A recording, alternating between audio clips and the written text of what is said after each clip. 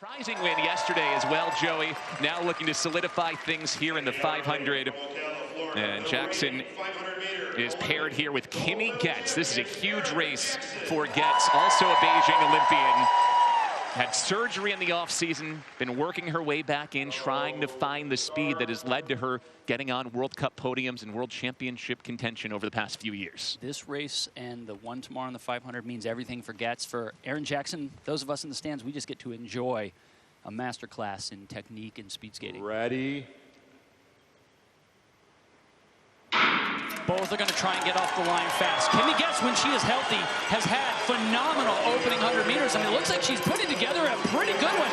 She wants to be very close to that reigning Olympic champion across the line. 10.7 for Jackson, best in the field so far. 10.99 for Getz.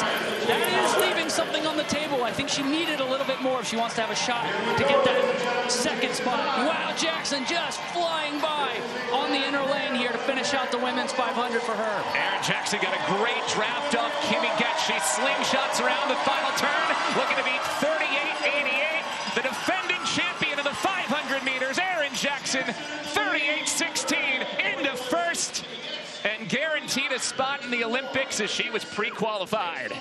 38.16. I don't see anyone beating that time from Erin Jackson. She didn't even need to skate it. She just had to show up and do it, but she is preparing for the Olympics.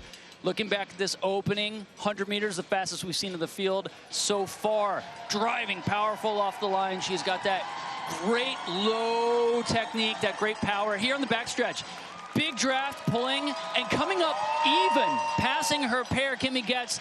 Erin Jackson comes in the last corner. This is what's made her 1,000 so good as well. Look at this beautiful, perfect last corner. Her lines straight through, down into the ice. Great race from Erin Jackson. Let's go! Go, go, go! Let's go! Let's go! Let's go! Woo!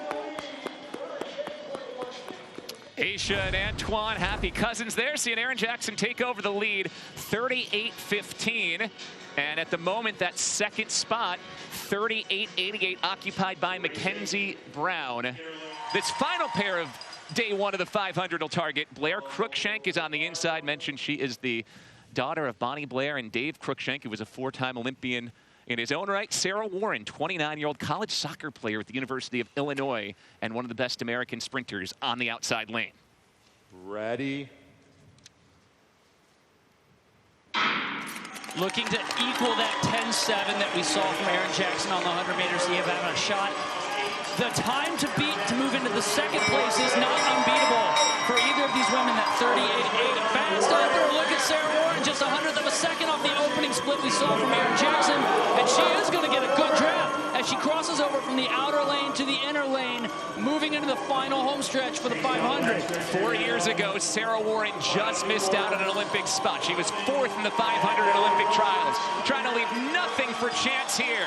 The 29-year-old out of Willowbrook, Illinois, has blown away the pair. She comes to the line, and it's right there, 38.86 into second, only 200ths ahead of Mackenzie Brown.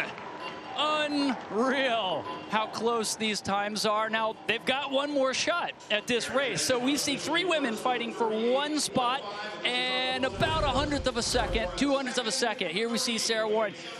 She has been skating so powerfully and low. Low is the most important single first thing you see when you see a sprinter. You want to make sure that knee bend is as close to parallel to the ice as possible. Great kick there. Again, we are seeing this. Every 100th of a second, every 1,000th of a second matters to get you into position to win. She is sitting in that second position to qualify for the Olympics. There's one more 500 tomorrow, but wow, this is close. There is going to be some incredible drama tomorrow in that second 500. 4:45 Eastern time on USA Network. You're not going to want to miss it. We know Erin Jackson is going to the Olympics. Got to be very close to see who joins her. We told you this race could come down to hundredths of a second, even thousandths of a second. Erin Jackson, 0.7 of a second. That's a pretty good margin for the win. She's on her way to the Olympic Games in both the 500 and the 1,000. But how close between Sarah, Mackenzie Brown, and Krista Rands-Evans, all within 200ths of a second of each other. Lewis Johnson right now has Erin Jackson, who's on her way back to defend her Olympic championship, and also Sarah Warren, who's in that second spot. All right, Bill, thanks very much. Well, you had a great skate. And tell me this, what does 10.7 over the first 100 and 38.16 tell me about your shape and fitness? It definitely wasn't my best 500, but I did what needed to be done today. All right. Yeah. And to be able to come out and compete after coming off the hamstring issue and doing so well, what does that say just about, you think, your opportunities in Milan? Yeah, I think it says a lot of good things. I think I'm in pretty good shape and just really excited to see how that turns out next month.